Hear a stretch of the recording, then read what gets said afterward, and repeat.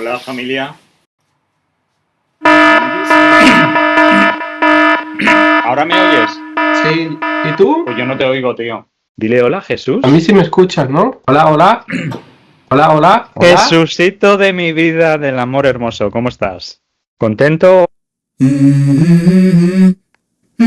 Venga, entonces la pregunta que te quería hacer yo. No. Hoy tienes que hablar tú como ingeniero, tío. Explícanos, Jesús. ¿Ingeniero de qué? Yo soy ingeniero industrial y actualmente estoy en prevención de riesgos laborales, ¿no? En la Junta de Andalucía tenemos un centro de prevención de riesgos laborales que somos el órgano asesor para tanto la inspección de trabajo como la fiscalía. Y entonces, actualmente, pues eso, de vez en cuando tenemos lo que son la investigación de accidentes. Sí. Pasa algo y nosotros pues vamos allí, inspeccionamos, investigamos, hacemos entrevistas y hacemos un informe, ¿sí? Que tiene que determinar las causas de accidente.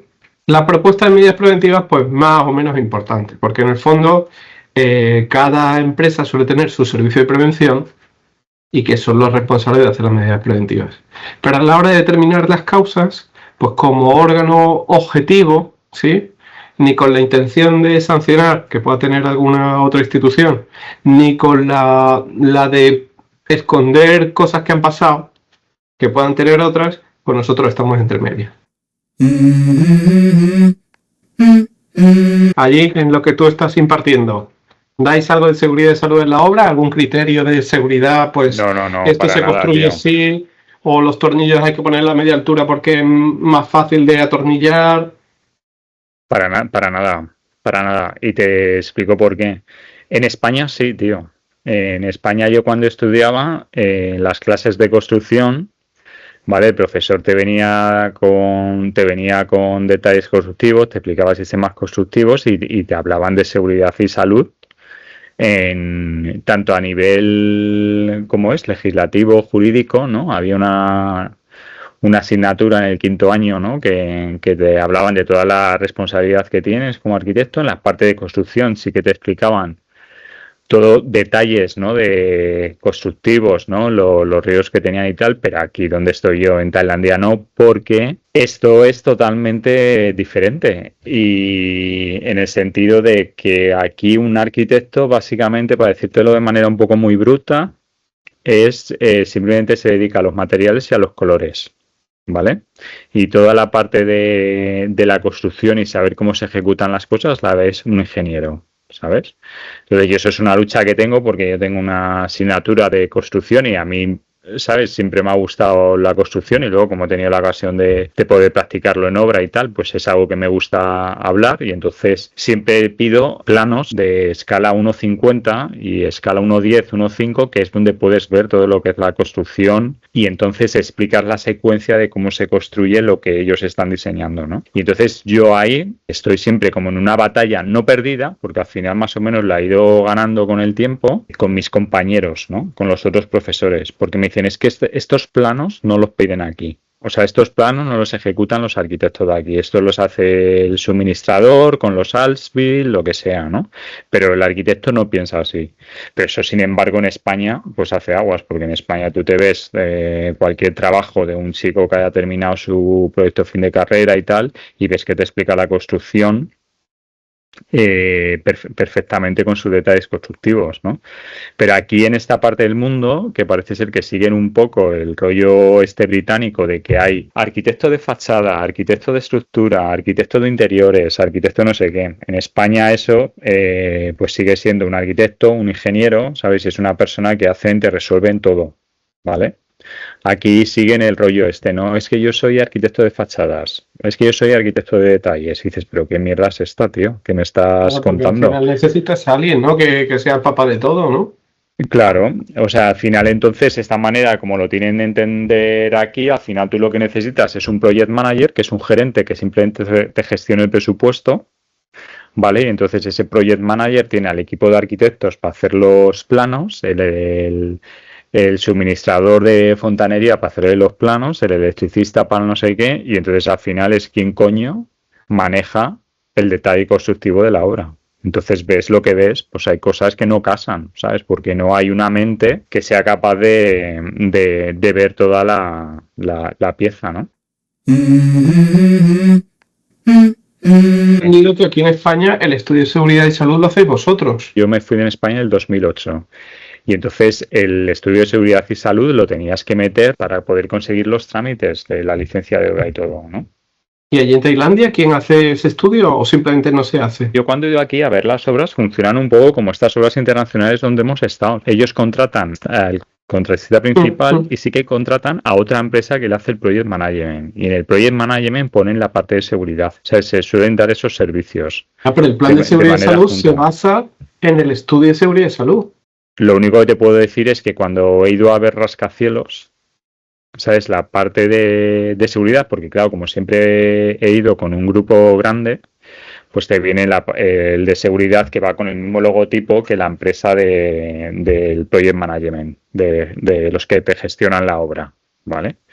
Y es que al final te gestionan a través de un presupuesto. Y entonces te están hablando de... O sea, es que me tengo en mente un rascacielos que vi en Rama 4. Vale, entonces el tío con el que hablaba, porque me acuerdo que le estuve preguntando un montón, ¿no?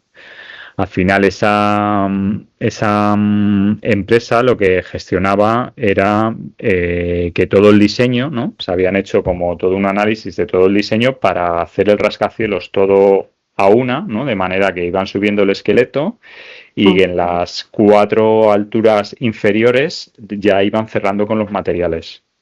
Entonces cuando llegaban arriba a la coronación, pues 4 semanas después el edificio iba a estar cerrado, ¿no?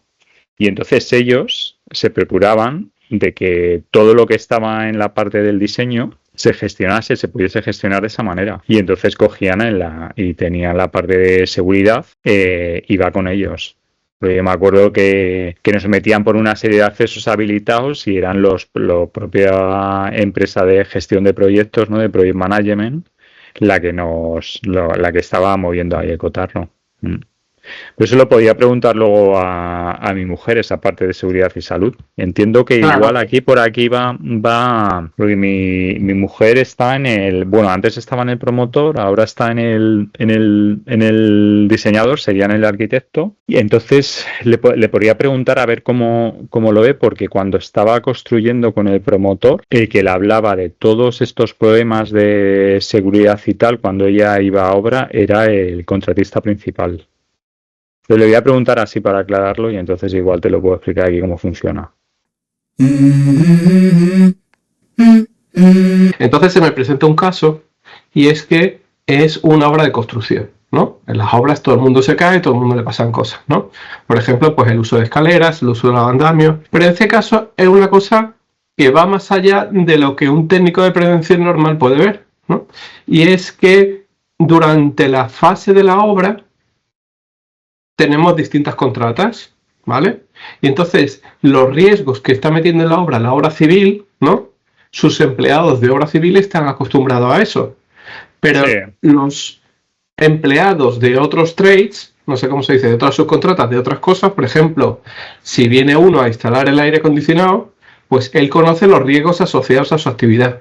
Pero lo ve porque no es ajeno en la obra, pero no está tan familiarizado con los que puede haber en la obra civil. ¿Sí? Bueno, pues este es el caso de una construcción de un montón de viviendas, ¿sí? una promoción de muchos chalecitos, y en el que la obra civil tiene hecho todos los forjados, todas las casitas, y empieza ya a permitir la entrada de otros agentes, ¿vale? Entonces viene lo de la fontanería. Sí. ¿Vale? Viene la fontanería y justo las partes ya cuando van a acabar, que son poner las llaves de los cuartos de baño, poner las llavecitas que hay en la cocina, el hombre tiene un accidente ¿dónde? Pues en la escalera que va desde la planta 1 hasta la planta baja. Esa escalera es de hormigón y en ese momento de la obra está en bruto, ¿sí o no? Y entonces dicen, es que está en bruto. Ya, entonces la gente de obra civil pues está como más acostumbrada a andar por suelo de hormigón, ¿vale? Pero la otra gente pues igual va a lo suyo, va más rápido y en este momento pues se cae el hombrecito por la escalera y se hace polvo. Entonces mi primera pregunta es, ¿tendría que estar las dos fases de la obra simultáneas? ¿O podríamos haber dejado acabar obra civil en la escalera y después llamar al resto de otra gente que vayan a actuar en la obra? En este caso, ¿se debería haber forzado a la contrata de civil a que hubiese acabado la escalera, dícese, poniendo el soldado correcto y las escaleras correctas y después llamar a la otra gente? ¿O no había manera y de verdad tenía que ser simultáneas las dos ejecuciones? Pero ahí no hay un coordinador de seguridad y salud. Sí, y el coordinador de seguridad y salud, ¿vale? Pues junta todas las contratas semanalmente y le dice al de la obra civil que tiene que tener en cuenta lo que son las protecciones colectivas de la obra civil. Dícese que esa escalera tenga barandillas. Dícese que ese forjado al final pues tenga una red de seguridad. Pero el hecho de que esa escalera está en bruto, que no tiene los bordes bien, que está todo con un gris uniforme, que tiene una arenilla típica de la obra, eso está ahí. Entonces mi primera pregunta es, ¿cómo se podría haber evitado el riesgo? Pues simplemente este señor fontanero, que podría ser un electricista o el de las placas solares, no hubiese estado en una escalera que estaba todavía en ejecución. Y entonces mi pregunta es, también, ¿se podría haber dicho a la contrata de civil que de 4 o 5 accesos que tienen de escaleras, obligarles a que hubiese acabado uno? Claro. Mi tercera pregunta, ¿por qué si al final la gente, en esas escaleras pues te trapiezas, unos se caen y otros pues no se caen del todo? ¿Por qué no se advierten los riesgos o se marcan en el hormigón en ejecución, con un spray o de cualquier manera, dónde está la delimitación de los bordes? Entiendo que tiene que haber un jefe de obra y hay mítines, reuniones de coordinación entre los diferentes subcontratistas y es donde se acuerdan cuáles son los accesos que se pueden, cuáles no, qué día van a estar disponibles y todo es coordinación de obra. Aquí hay dos cosas, que es el estudio de seguridad y salud y después eso se implementa al plan. Y dentro del plan las contratas, ¿sí? O hacen un plan porque son contratista principal o se suelen adherir al plan de seguridad y salud que tenga la contrata principal, ¿no? Si son obras muy pequeñitas, pues tienen un documento pequeñito que se llama documento de gestión preventiva. Pero entre tú y yo, pues todos sabemos lo que pasa. Esto es un documento de 1000 folios, vamos a decir 200 o 300 folios, que normalmente se copia, se pega y lo adaptan más o menos. Entonces, como ya tienen la intención de hacerlo para 20 obras, pues lo quieres dejar como abierto y no muy detallado, ¿sí? Y entonces, ¿están cubiertos los riesgos de forma genérica? Siempre, porque pone riesgo a caída de mismo y distinto nivel, ¿vale? Y ya con eso cabe todo, pero riesgo en las escaleras fijas de acceso cuando están todavía en fase de construcción y no están acabadas, eso no viene. Pero ahí entiendo que hay unas reuniones de coordinación las hay en el jefe de obra y las partes implicadas, ¿no? Y se tienen que tomar acciones de qué se puede y qué no se puede, ¿no? Y esas reuniones de coordinación tienen que ser por lo menos como que es a primera hora del día, ¿no? Suele ser en las obras donde nos conocimos, en estas internacionales, es reuniones de coordinación a primera hora todas las mañanas, ¿no? Claro, lo que suele haber, es que el primer problema es que cuando tú estás en la obra, estás en la obra. Y todos los que están en la obra, estás en la obra. Y te has acostumbrado sin darte cuenta a las cosas de la obra. Entonces, por ejemplo, esa cosa que está mal hecha, la llevas viendo 100 veces y está interiorizada de que eso es así. Y en ningún momento te planteas de, oye, ¿y puede estar de alguna otra forma? Entonces, esto de las escaleras fijas está apareciendo ahora. ¿Por qué? Porque gracias a Dios la prevención va mejorando, cada vez hay menos accidentes y ahora vuelven a aparecer, o los accidentes que aparecen pues ya no son del mismo tipo que se han cubierto siempre, empiezan a aparecer otras cosas nuevas. Bueno, lo que te quiero decir es eso, que la sociedad evoluciona y los riesgos pues van acorde, ¿no?, al momento en el que estamos. Y en construcción, pues una nueva cosa que está pasando es eso. Ya hemos aprendido a proteger una serie de riesgos, pero de las escaleras fijas, pues mira, no. El otro día se tropezó no sé quién, en mi caso se tropezó no sé cuánto y se partió los 2 calcáneos. Es un riesgo que a día de hoy la gente no tiene conciencia de que está pasando y normalmente se le echa la culpa al trabajador. Es que hay que ir con cuidado por la obra, ¿no? Entonces tú tienes que ir con cuidado, pero en el momento en que te llama tu jefe por algo, en el momento que te pasa algo personal o en el momento en que simplemente te quiere ir rápido porque son las 2 de la tarde, en ese momento es cuando uno ya no está tan atento y estas cosas pasan, ¿no? Mi pregunta, que te la vuelvo a hacer otra vez. ¿Esa escalera de hormigón en bruto le costaba tanto a la obra civil haber puesto el solado para que entre la siguiente gente? ¿O es que por algún motivo esa solería de esa escalera no se puede hacer hasta el final de la obra? No, bueno, yo no entiendo el diseño de la escalera, ¿no? Para ver qué tipo de acabado tiene, ¿no? Pero en un principio siempre hemos estado en estas obras donde tú y yo nos conocimos cuando se necesitaba un acceso. O sea, aunque ese acceso fuera temporal, ese acceso estaba de manera que fuera seguro para los empleados, ¿no? Entonces, que la escalera estuviese terminada o no como plano, pues no es necesario, ¿no? Pero que una escalera temporal para hacer ese trabajo y facilitar el acceso de manera segura, pues es lo que se debe haber hecho, ¿no? No simplemente poner los 4 accesos que tienen sin acabar y simplemente usar el que más o menos más acabado estaban, sino que hay que asegurarse que una de las escaleras, aunque sea de manera temporal, tenga el acceso para hacerlo de manera segura, ¿no? Yo lo gestionaría así. Puede medio valer. Es que, porque tú imagínate que tiene los de obra civil tienen eso que fuera de mármol, el acabado de mármol. Tú vas a poner el acabado de mármol cuando igual tienen que estar subiendo, pues yo qué sé, equipos o algo de eso y dañar el equipo y luego que empiecen a cargarse los unos y los otros con el extra coste de las piezas rotas. Entonces debería por lo menos una escalera temporal que se aceptase de manera segura, por lo menos facilitar ese acceso, ¿no? La figura esta que teníamos en los proyectos estos internacionales, el manager de seguridad era el que estaba siempre detrás de esto para por lo menos él taparse el culo, ¿no? Cuando los problemas pasaban. Pero esos proyectos internacionales, eso no está en los proyectos chicos. La legislación suele ser más dura.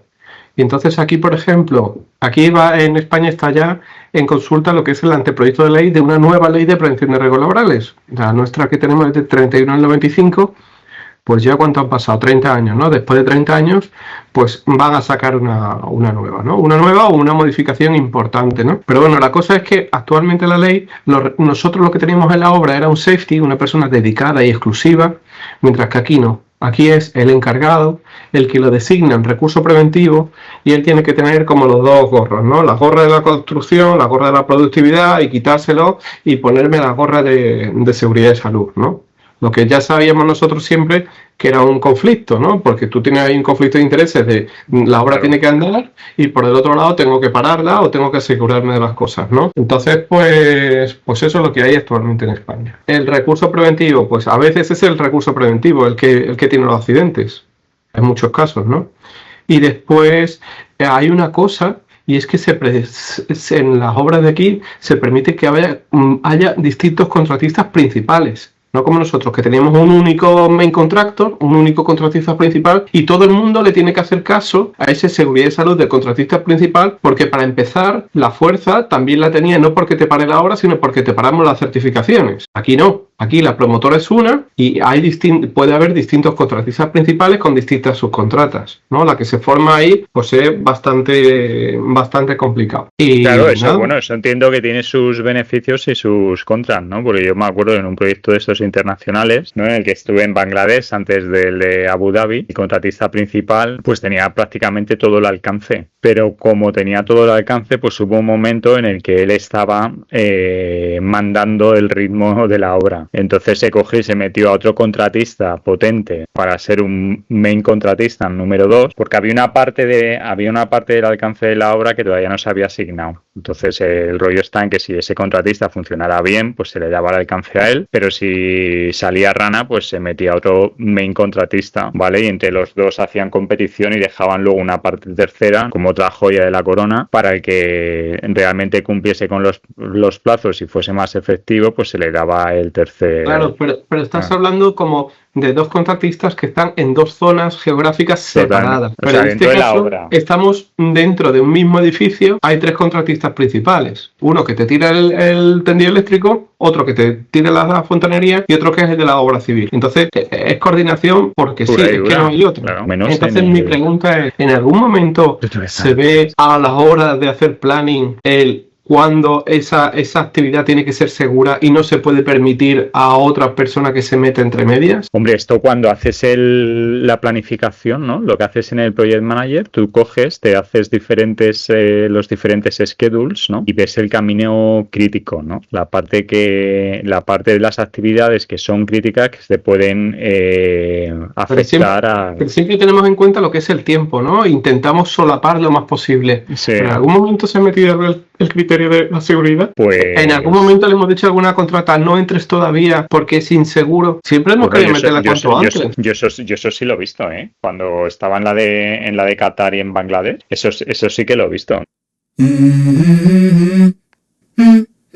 Pero si me preguntas por parte de lo que es planificación, que usan ese programa del Primavera, que ahí se cogen, se hacen su schedule y te sacan todas las actividades, pero seguridad, pues tendrán una ramificación con lo que es seguridad, ¿no? Será súper muy básico, eso, tendrán cosas muy generales. Es que yo en mi punto de vista lo que voy buscando es si de verdad era tan necesario que se simultaneasen esas dos actividades. Si no se podrían haber esperado los de la fontanería, o por lo menos los de la colocación de la llave de la fontanería, a que se hubiese acabado un acceso seguro, a que se hubiesen acabado las escaleras. Y entonces, si no hay simultaneidad, pues no hubiese habido riesgo. Nosotros pero tenemos... Claro, pero ahí el que tiene la decisión, el que toma la decisión de si eso se hace así, ¿no? Ahí sería el jefe de obra en estas reuniones de coordinación. Entonces ahí se tendría que valorar los riesgos que se tienen y dar la luz verde para hacerlo, ¿no? Porque igual lo que tú dices... se han hecho de manera simultánea porque igual uno de los contratistas solo tenían el manpower, la mano de obra para esa semana. Igual no la tenían para la siguiente. Y si la siguiente va, entonces se salen de fechas, ¿no? Es que puede depender de muchísimas cosas. Entonces ahí, al fin y al cabo, la decisión y la responsabilidad última es del jefe de obra, el que está ejecutando, que es el que tiene toda la información de todos estos contratistas en todas las reuniones de coordinación, ¿no? Vale, pero no me resuelves. Este señor, después de todo lo que hemos hablado, se volvería a caer en el mismo sitio. Para acabar, porque me van a venir a buscar ya. El libro. No me dijiste el libro de arquitectura que me recomendases. Yo te voy a recomendar el de ingeniería. Contact, ¿no? El de Sagan, ¿no? El libro y película. Te recomiendo, claro, que te leas primero el libro y después la película. El libro es mucho más denso, mucho más bonito, y la peli pues aparece ya Jodie Foster y aquello es precioso, ¿no? Pero la base que tiene el libro, como eso no hay nada. Es genial. Me tengo que ir, Miguel, que me vienen a buscar. Venga, y piénsate lo de publicar en revistas. Venga, tío, pues un abrazo, ¿vale? Hasta luego, Miguel. Chao, nos vemos. Okay.